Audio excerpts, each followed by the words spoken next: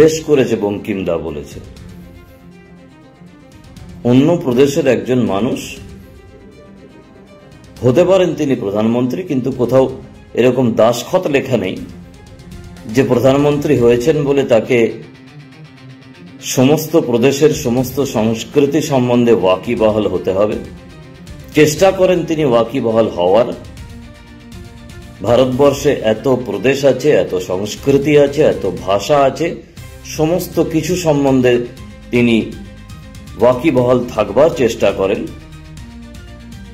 কিন্তু দাদা বলার মধ্যে কোনো অপমানসূচক কিছু নেই।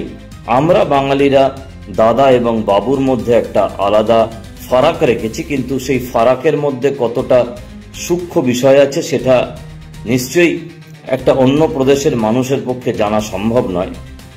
কিন্তু সেটা নিয়ে পশ্চিমবঙ্গের বাঙালিপন্থী সমস্ত অপদার্থ মানুষেরা যে ধরনের বাঁদরামো শুরু করেছে, তাদের মনে রাখা দরকার যে বাঙালিত্বের নামে, বাঙালি আঞ্চলিকতা নামে এই পশ্চিমবঙ্গের তথাকথিত বাঙালিরা গত কয়েক বছর ধরে, বিশেষ করে 2011 সাল থেকে এবং তারও আগে যে বাঁদরামিটা করে যাচ্ছেন, সেই বাঁদরামিটা যদি প্রকৃত বাঙালিদের সামনে সঠিকভাবে উন্মুক্ত না হয়, আর না হয়ে অন্য রাজ্যের মানুষেরা কি করছে সেই নিয়ে এই ধরনের খিল্লি করা হয়, তাহলে এটাই বলা উচিত বেশ করেছে তা বলেছে।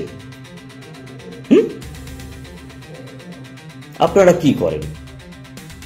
আপনারা যখন সিধু কানু আর ডহর দা বলেন এবং সেটা দিনের পর দিন বলে যান, রাজ্যের মুখ্যমন্ত্রী যিনি বাঙালি অস্মিতা, বাঙালি জাতীয়তাবাদ, বাঙালি আঞ্চলিকতাবাদের প্রবক্তা, তিনি ডহর দা বলে যান একজন নিম্ন স্তরের অশিক্ষিত হিসাবে, তখন মনে পড়ে না সিধু কানু ডহর দা? একবার বলেননি, বারবার বলেন। বেশ করেছেন প্রধানমন্ত্রী বঙ্কিম দা বলেছেন। তার তো এইটুকু অন্তত মেরুদণ্ড আছে যে তিনি ভুলটা স্বীকার করে নিয়েছেন। আপনি একবারও স্বীকার করেছেন যে ডহর দা কেন বলেন আপনি? আপনার আশেপাশের কোন লোকের বলবার সাহস আছে? সৌগত,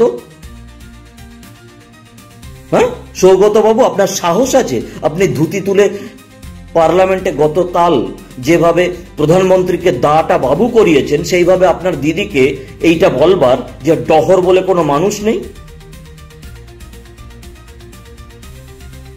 সাহস নেই। বেশ করেছেন বঙ্কিম দা বলেছেন। কোনো অপমান হয়নি তাতে বঙ্কিমচন্দ্র চট্টোপাধ্যায়।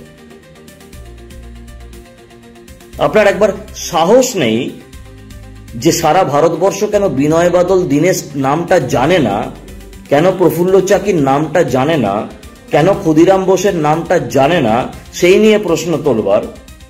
আর আপনি তর্ক করছেন যে দেশের প্রধানমন্ত্রী কেন বঙ্কিম দা বলেছেন। আজকে ছবি নিয়ে আপনারা হাজির হয়েছেন, আপনার কেন আপনার দিদিমণিকে প্রশ্ন করার সাহস নেই সৌগত বাবু যে কয়েক বছর আগে কলেজ স্ট্রিটে যে বিদ্যাসাগরের মূর্তি ভাঙা নিয়ে নাটক করেছিলেন, সেই কমিশনের রিপোর্টটা এখনো বেরোয়নি কেন? ক্ষমতা আছে আপনার প্রশ্ন করবার যে সেই কমিশনের রিপোর্টটা এখনো বেরোয়নি কেন? বাঙালির শ্রদ্ধেয় বিদ্যাসাগরের মূর্তি ভাঙার তদন্ত কমিশনের রিপোর্টটা?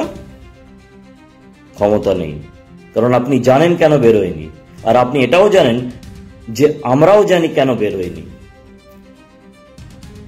আপনি এটাও জানেন যে আপনার দিদিও জানে কেন বেরোয়নি, কারণ আপনারা সবাই জানেন যে ওই বিদ্যাসাগরের মূর্তিটা কে ভেঙেছিল।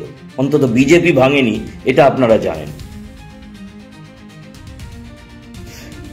দিনের পর দিন যখন আপনার এই দিদিমণি, যিনি বাঙালি অস্মিতা, বাঙালি আঞ্চলিকতাবাদ, বাঙালি জাতীয়তাবাদের প্রবক্তা, তিনি রবীন্দ্রনাথকে দিয়ে মহাত্মা গান্ধীকে লেবুর জল খাওয়াচ্ছেন, তখন আপনার বলার ক্ষমতা নেই। আর আপনি কোথায় বঙ্কিম দা হয়ে গেছে সেই নিয়ে বিপ্লব করছেন পার্লামেন্টে। বাঙালিকে আর কত মূর্খ বানাবেন? বামফ্রন্ট মূর্খ বানিয়েছেন, আপনারা এই বাঙালিকে মূর্খ থেকে একদম গণ্ড মূর্খ বানিয়ে দিয়েছেন। কতদিন এই দা আর বাবুর চক্করে বাঙালিকে পরিযায়ী বানাবেন? সে মাটি কাটা পরিযায়ী হোক আর সে কম্পিউটার পরিযায়ী হোক, আপনারা ওই বিধায়ক, পঞ্চায়েতের মেম্বার অথবা পার্লামেন্টের মেম্বার হয়ে ভালোই কামাচ্ছেন, কিন্তু বাঙালি তো পরিযায়ী হচ্ছে। তাই বেশ করেছেন, দা বলেছেন। নমস্কার। নমস্কার বন্ধুরা, আপনারা দেখছেন রিপোর্টার বাংলা। যে ভিডিওটা আমি আপনাদের দেখালাম বুঝতেই পারছেন যে কী নিয়ে কথা বলবো। লোকসভায় যখন সাংসদে দাঁড়িয়ে প্রধানমন্ত্রী, আমাদের দেশের প্রধানমন্ত্রী নরেন্দ্র মোদীজি, তিনি বঙ্কিমচন্দ্র চট্টোপাধ্যায়কে নিয়ে কিছু বলতে গিয়েছিলেন এবং বন্দে মাতরম নিয়ে যে তিনি কথা বলেছিলেন, তো সেই সময় তিনি হঠাৎ করে বলে দেন যে বঙ্কিমদা, মানে বঙ্কিমচন্দ্র চট্টোপাধ্যায়কে আমরা অনেকেই বলি স্যার বঙ্কিমচন্দ্র চট্টোপাধ্যায়, কেউ বলেন সাহিত্য সম্রাট বঙ্কিমচন্দ্র চট্টোপাধ্যায়, তো উনি কথা বলতে গিয়ে বঙ্কিমদা বলে ফেলেছেন, মানে দাদা বলে ফেলেছেন। তো এটাই হচ্ছে অপরাধ। দেখুন, উনি যেটা করেছেন কেউ গর্ব করে বলছে না, কেউ চিৎকার করে বলছে না প্রধানমন্ত্রী যা বলেছে ঠিক বলেছে, বাকিরা যা বলছে ভুল। কিন্তু কথা হচ্ছে বঙ্কিমচন্দ্র চট্টোপাধ্যায়কে নিয়ে উনি যেটা বলেছেন, উনি তো অন্য প্রদেশের মানুষ, বঙ্কিমচন্দ্র চট্টোপাধ্যায় অন্য প্রদেশের মানুষ। দ্বিতীয় কথা হচ্ছে উনি বলতে গিয়ে হঠাৎ করে দাদা বলে ফেলেছেন। অনেকেই বলছেন যে বাঙালিদেরকে তো দাদা বলা হয়। দেখুন, আমি ওই সব ডিবেটে যাব না। বাঙালিদেরকে দাদা বলা হয় বলে একজন কবিকে দাদা বলা হবে, ওইটা কোনো বিষয় নয়। কিন্তু ঘটনা যেটা দাঁড়াচ্ছে, বর্তমান দিনে আপনারা জানেন যে পশ্চিমবঙ্গে এই মুহূর্তে তৃণমূল কংগ্রেসের আমলে যতগুলো প্রকল্প রয়েছে তাদের মধ্যে সবথেকে সেরা প্রকল্প হচ্ছে ডিজিটাল গাধা, যেটা কিছুদিন আগে লঞ্চ করেছে অভিষেক বন্দ্যোপাধ্যায়। তো আপনারা বলবেন যে কই এই প্রকল্প তো আমরা জানি না। আপনারা জানেন না, জেনে নিন। এবং যারা জানেন না, লোকাল যাদের পার্টি অফিস রয়েছে কাছাকাছি বাড়ির কাছে, মানে এখন তো তৃণমূল নেতাদের এটাই হচ্ছে কাজ, কোনো চাকরি বাকরি, শিক্ষা দীক্ষা, ওই মানে স্বাস্থ্য, এসব চুলোই যাক, ওগুলো নিয়ে কারোর কোনো মাথা ব্যথা নেই। কিন্তু আলটিমেট ঘটনা হচ্ছে তৃণমূলের যারা কর্মীরা রয়েছে তাদেরকে দিয়ে অভিষেক বন্দ্যোপাধ্যায় নতুন একটা প্রকল্প শুরু করেছে, তার নাম হচ্ছে ডিজিটাল গাধা। এই গাধাদের কাজ হচ্ছে পশ্চিমবঙ্গের এই মুহূর্তে যারা বিরোধীরা ভালো কাজ করবে তাদেরকে যে কোনোভাবে হোক বদনাম করতে হবে, এটাই হচ্ছে এদের কাজ। এবং প্রত্যেকটা মানুষকে সোশ্যাল মিডিয়া দ্বারা ভুল বোঝাতে হবে। কারণ আপনারা জানেন যে এই মুহূর্তে পুরো দেশের মধ্যে প্রত্যেকটা প্রায় 80% মানুষ সোশ্যাল মিডিয়া ব্যবহার করে।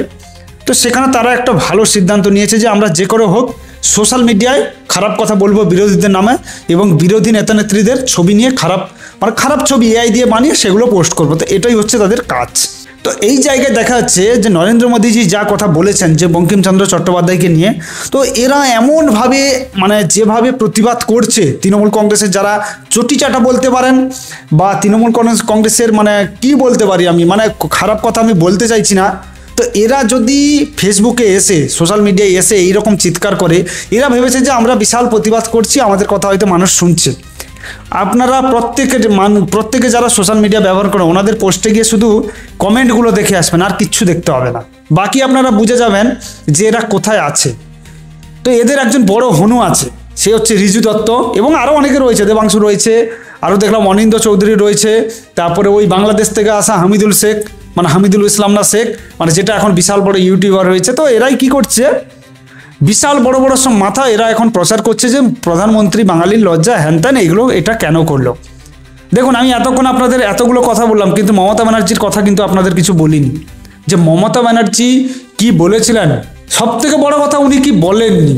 প্রত্যেকটা বিষয় নিয়ে আপনারা জানেন যে প্রধানমন্ত্রী তো উনি যেটা বলেছেন, উনি কেউ সাফাই দিচ্ছে না যে ঠিক বলেছে, কিন্তু মানুষের ভুল হতেই পারে। কিন্তু মমতা বন্দ্যোপাধ্যায় এমন একজন মানুষ, তিনি ভুল করলেও কোনোদিন স্বীকার করবে না। দ্বিতীয়ত বলেন যে আমি যেটা বলেছি ঠিক বলেছি। এটাই হচ্ছে রাজ্যের মুখ্যমন্ত্রী মমতা বন্দ্যোপাধ্যায়। মহাভারত কে রচনা করেছিলেন? কাজী নজরুল ইসলাম। কে বলেছিল? মমতা বন্দ্যোপাধ্যায়। একটা বাচ্চার ওজন 1,500 কিলোগ্রাম, কে বলেছিল? মমতা বন্দ্যোপাধ্যায়। তারপরে তো ওই তো মানে কোরআন পাঠটা তো কী আছে, সব নামাজ উনি তো জানেন, ওই সব করতে যান। তো হিন্দুদের অনুষ্ঠানে যাওয়ার ওনার সময় হয় না। তো এটাই হচ্ছে বর্তমান তৃণমূল কংগ্রেসের স্ট্র্যাটেজি। তো এই ভিডিওটা শেষ করার আগে আমি আপনাদের একটা ছোট্ট কথা বলে রাখবো, যে তৃণমূল কংগ্রেসের যারা হিন্দুরা রয়েছেন না, এরাই হচ্ছে সেকুলার হিন্দু, মানে বলে মুখে বলে, এবং এরাই হচ্ছে আসল হিন্দুদের শত্রু। এটা আপনারা মাথায় রাখবেন।